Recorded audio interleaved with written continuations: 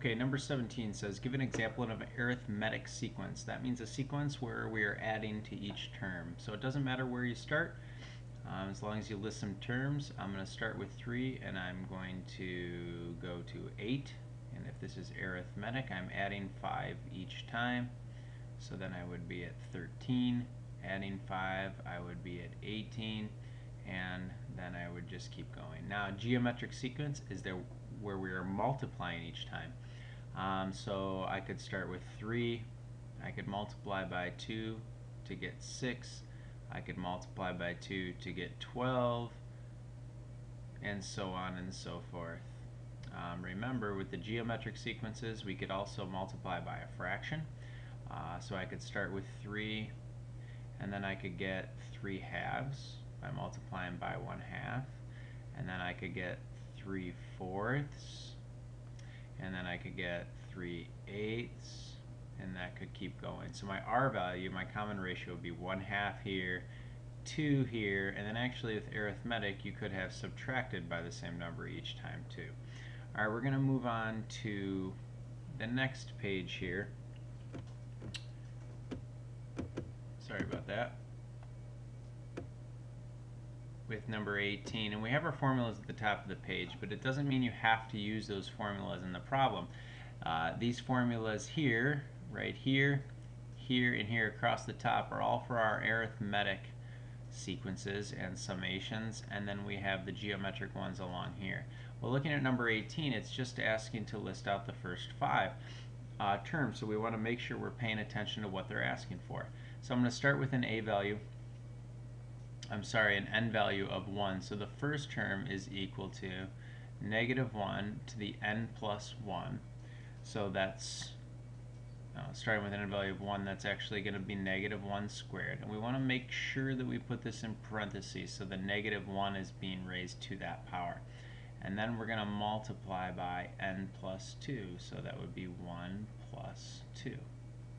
And that's going to be -1 squared is a +1 times 3, which comes out to 3.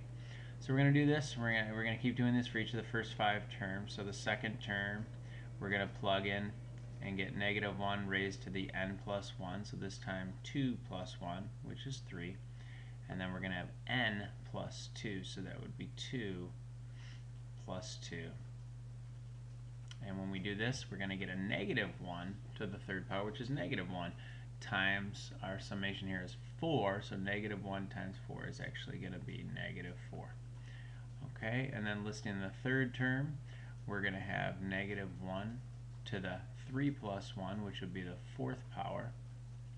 And then we're going to have our n value, which is 3 plus 2, which is 5 times +1 now, because -1 to the fourth is +1, and we're going to get a +5.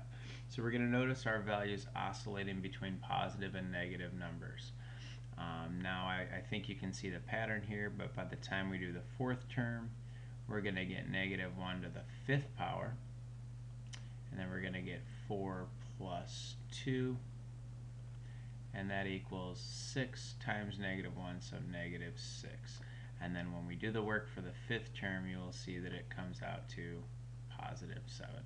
Okay, so that's just listing out the first 5 terms. You can see that's not arithmetic nor geometric, but that is just a sequence where we're plugging in the n value there.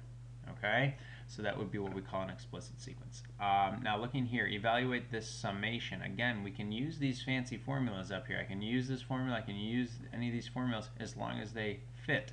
So it has to be an arithmetic or geometric series here. So I'll just start by plugging in my j value of 2. So when I do that, which is actually my first term in the sequence, and that gets kind of confusing to some, but my first term is when I have a j value of 2. So that's going to be 2 plus 3, and then in parentheses here I'm going to put in the 2 minus 1 quantity squared. So that's actually going to come out to 5 times 1 squared, which is just 1. So we're going to get a 5. That doesn't tell us much about arithmetic or geometric at that point, so we're going to just try to find a second term and see if we can figure out a pattern. So the second term would be plugging in a 3 for the j value, so it would be 3 plus 3. And then the j value here again would be 3 minus 1 squared. And that's 3 plus 3, which is 6, times 2 squared, which is 4, and we're getting a 24.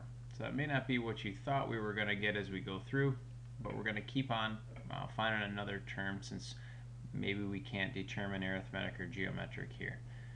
So the third term now is going to be, I'm going to abbreviate some, that's going to be putting in we got to be careful, the number 4 for the third term. So 4 plus 3, that's going to give us a 7 in the first set of parentheses.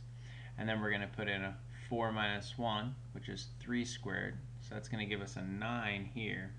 And this term is going to come out to 63. So at this point, we're looking and we're noticing that it's basically going to be not an arithmetic or a geometric sequence. So we can just keep going until we hit the j value of 6. And then the symbol here, remember right here, just means to sum the terms together. Okay, so we're going to do this until we get to all of the terms out. If putting the a sub 4 confuses you, you don't have to write that there. It's just saying that that is the fourth term. But we just got to be careful. With the first term, we put in 2. Second term, we put in 3. Third term, we put in 4. So with the fourth term, we put in 5 here. So 5 plus 3 in that first set of parentheses is going to be 8. And we're going to multiply that by 5 minus 1, which is going to be 4 squared, 16. So we're going to multiply that by 16. And actually the fourth term is going to come out to 128. Okay, and then when we do this again, we're going to find out, following the same pattern, j value of 6, that the fifth term is actually going to come out to 225. Again, I want you to make sure you understand what we're going to now do is, since this says sum them together, I'm literally just taking this value plus this value plus that value plus that value. We just add all those together, and when we add all of those together, the sum is actually coming out to 445. Okay, so no formula for those first, or for 18 and 19 there. Okay, now to find the nth term in this one, we actually need to find the d value first. We need to understand that they told us it's an arithmetic sequence. So the formula we're going to use to calculate the d value is that we take the 205 from here and subtract the 157 from it. So 205 minus 157, and we need to divide that by the difference in the term numbers. So the difference of the term values divided by the difference of the term numbers. So 95 minus 71. Alright, so when we do this, we are going to get 48 over 24, which gives me a d value of 2. Alright, now the first thing I need to do is find the first term. Well, second thing, I guess, since I found the d value.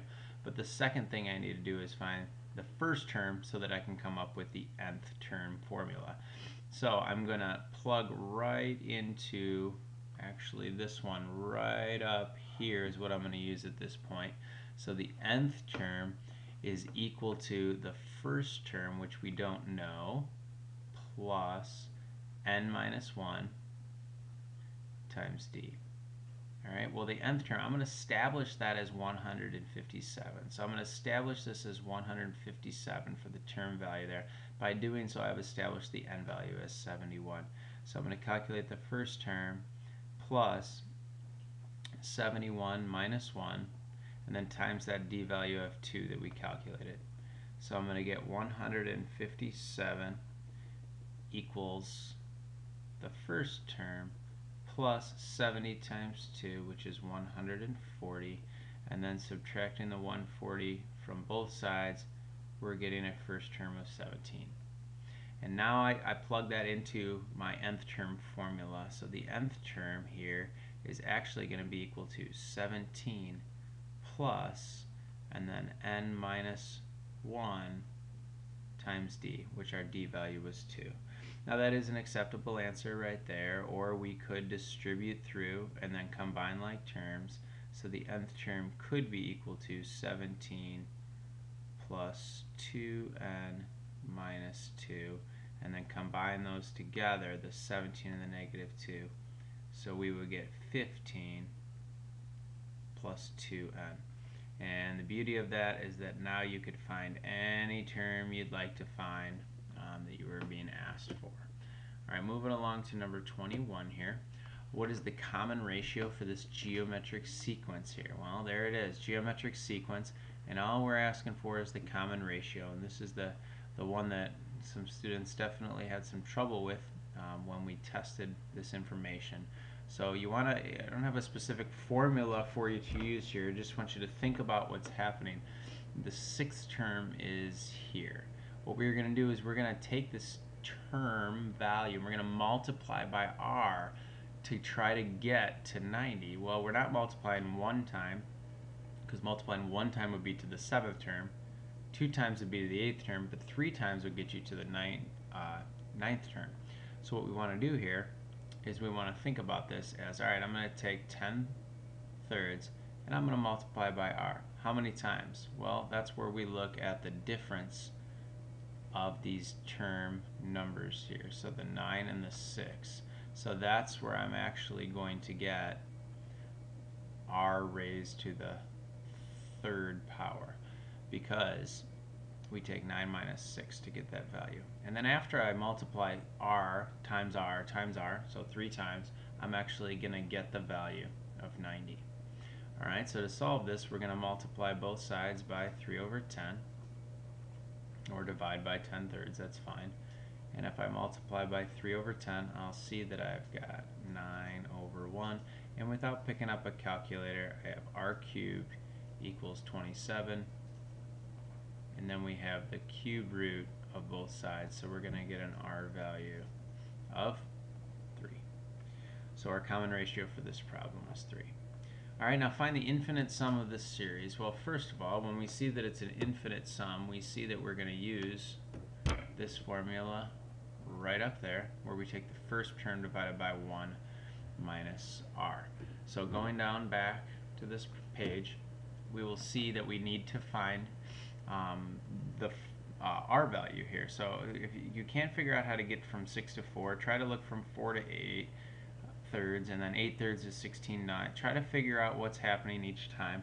Hopefully you can see that we're multiplying by 2 on the top and we're multiplying by 3 on the bottom. So hopefully you can get your r equals 2 thirds. If you have a hard time with that, remember, you're multiplying one time to get to another value.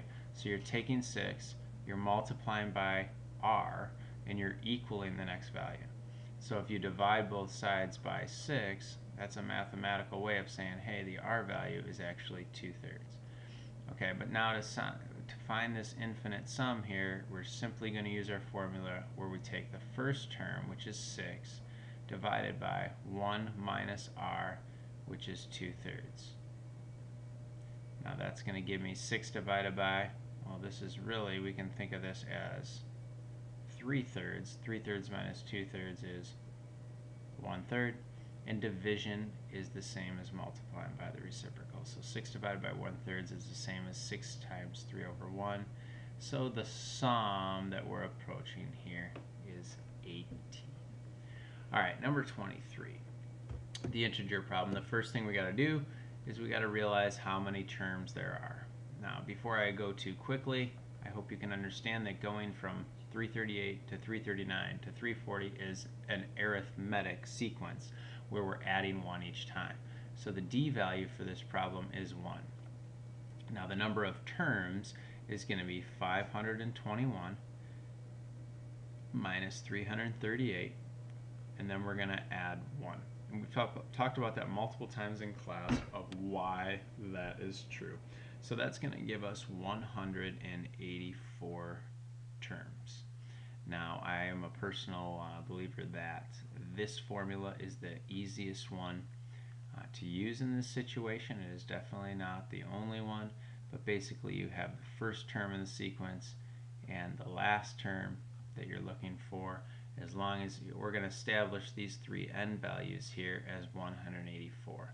So we're going to have the sum of 184 terms equal to 184 over 2, and then we're going to have the first term, which is 338, and we're going to add to that 521. You can definitely use the other summation formula there, but this is the one I personally prefer. So this is coming out to, and I calculate this real quickly in my head, to 79,028.